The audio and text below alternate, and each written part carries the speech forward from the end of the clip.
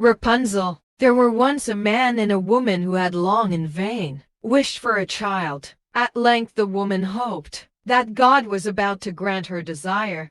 These people had a little window at the back of their house, from which a splendid garden could be seen, which was full of the most beautiful flowers and herbs. It was, however, surrounded by a high wall, and no one dared to go into it because it belonged to an enchantress who had great power and was dreaded by all the world. One day the woman was standing by this window and looking down into the garden when she saw a bed, which was planted with the most beautiful rampion Rapunzel, and it looked so fresh and green that she longed for it, and had the greatest desire to eat some.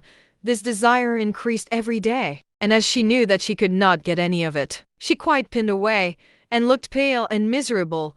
Then her husband was alarmed, and asked, "What aileth thee, dear wife?" "Oh," she replied, "if I can't get some of the rampion, which is in the garden behind our house, to eat, I shall die." The man, who loved her, thought, "Sooner than let thy wife die, bring her some of the rampion thyself, let it cost thee what it will." In the twilight of the evening, he clambered down over the wall into the garden of the enchantress, hastily clutched a handful of rampion, and took it to his wife. She at once made herself a salad of it, and ate it with much relish. She, however, liked it so very much, that the next day she longed for it 3 times as much as before. If he was to have any rest, her husband must once more descend into the garden. In the gloom of evening, therefore, he let himself down again. But when he had clambered down the wall, he was terribly afraid, for he saw the enchantress standing before him. "How canst thou dare," said she with angry look, "to descend into my garden and steal my rampion like a thief? Thou shalt suffer for it." "Ah,"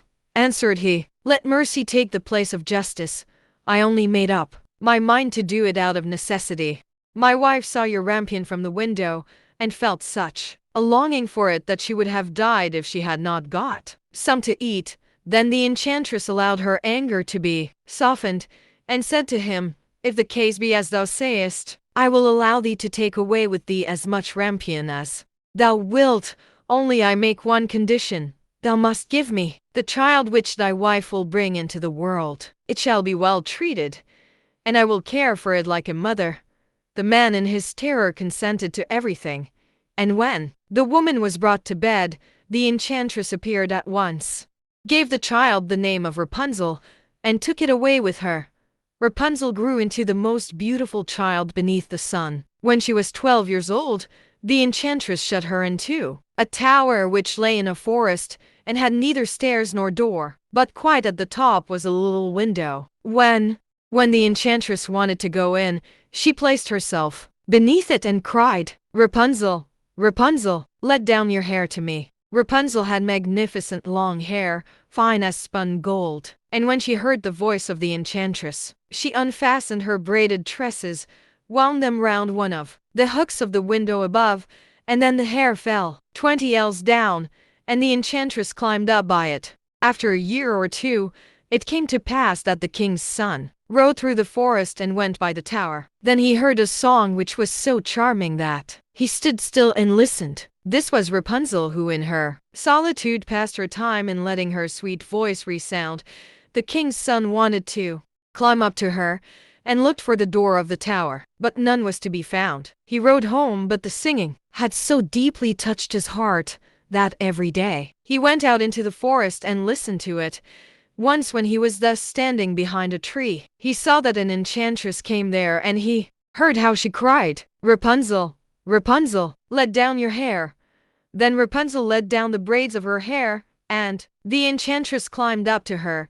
"If that is the ladder by which one mounts, I will for once try my fortune," said he, and the next day, when it began to grow dark, he went to the tower and cried, "Rapunzel, Rapunzel, let down your hair." Immediately the hair fell down, and the king's son climbed up.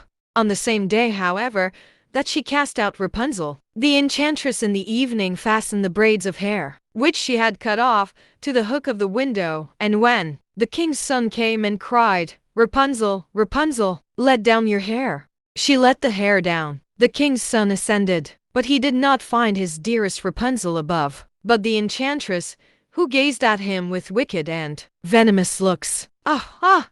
she cried mockingly. "Thou wouldst fetch thy dearest, but the beautiful bird sits, no longer singing in the nest. The cat has got it, and will scratch out thy eyes as well. Rapunzel is lost to thee. Thou wilt never see her more."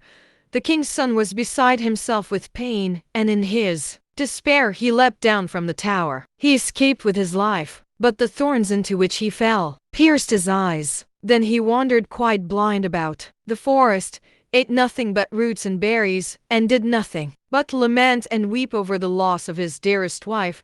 Thus he roamed about in misery for some years, and at length came to the desert where Rapunzel, with the twins to which she had given birth, a boy and a girl, lived in wretchedness. He heard a voice, and it seemed so familiar to him that he went towards it, and when he approached, Rapunzel knew him and fell on his neck and wept. Two of her tears wetted his eyes, and they grew clear again, and he could see with them as before. He led her to his kingdom where he was joyfully received, and they lived for a long time afterwards, happy and contented.